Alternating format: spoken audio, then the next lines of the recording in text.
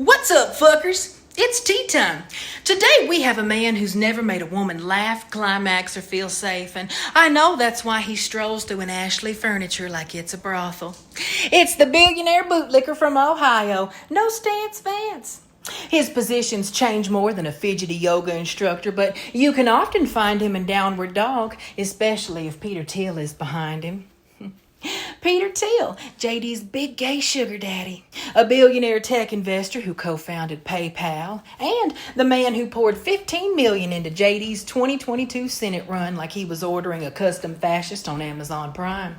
Before Grindr Mussolini stepped in, Meat Sweats McGee here was polling in the single digits, and like a little MAGA mermaid, he sold his voice, backbone, soul, and dignity for his feet to hit the Senate floor. And that's how a never Trump guy found himself so far up Trump's ass, he's now an emotional support polyp for pumpkin tits. He didn't just sell out, he folded like a paper plate at a church potluck the second his new ideological puppet master and financial overlord in a Patagonia vest waved a checkbook.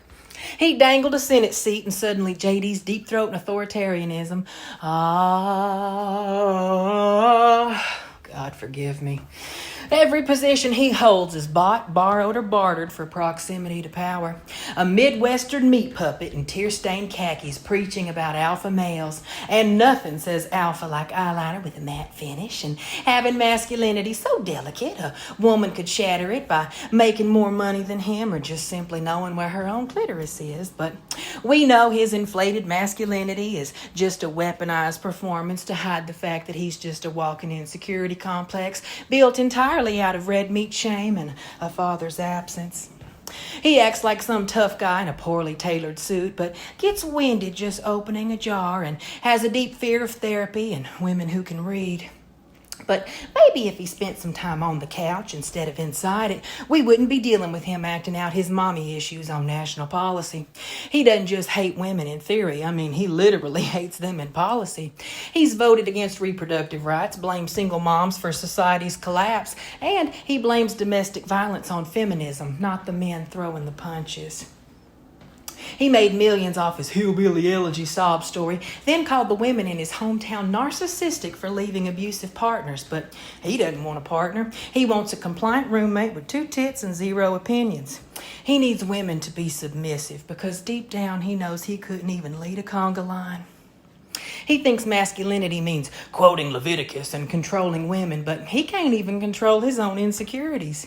He gets triggered by women with boundaries, pronouns, and people of color simply existing. That's why he backs Project 2025. A fascist fever dream to purge federal workers, dismantle civil rights protections, criminalize LGBTQ plus life, and defund public education, and put the executive branch on a leash held by billionaires. He'll say shit like, I don't see color, but that don't mean much to me. I don't even think he sees his own kids.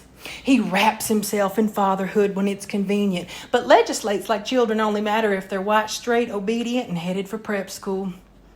He'd love it if LGBTQ plus kids didn't exist, but I was one of those kids and I'm right here roasting him from beard to balls.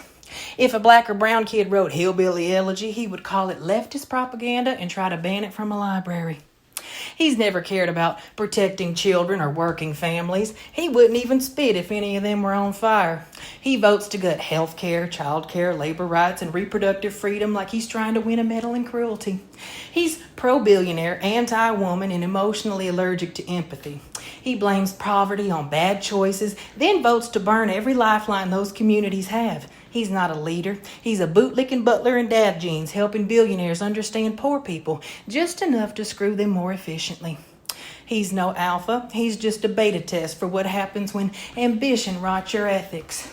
Whew, I've had enough. I want everybody to have a great fucking day, unless you're anything like Peter Thiel's emotionally constipated build a fascist project.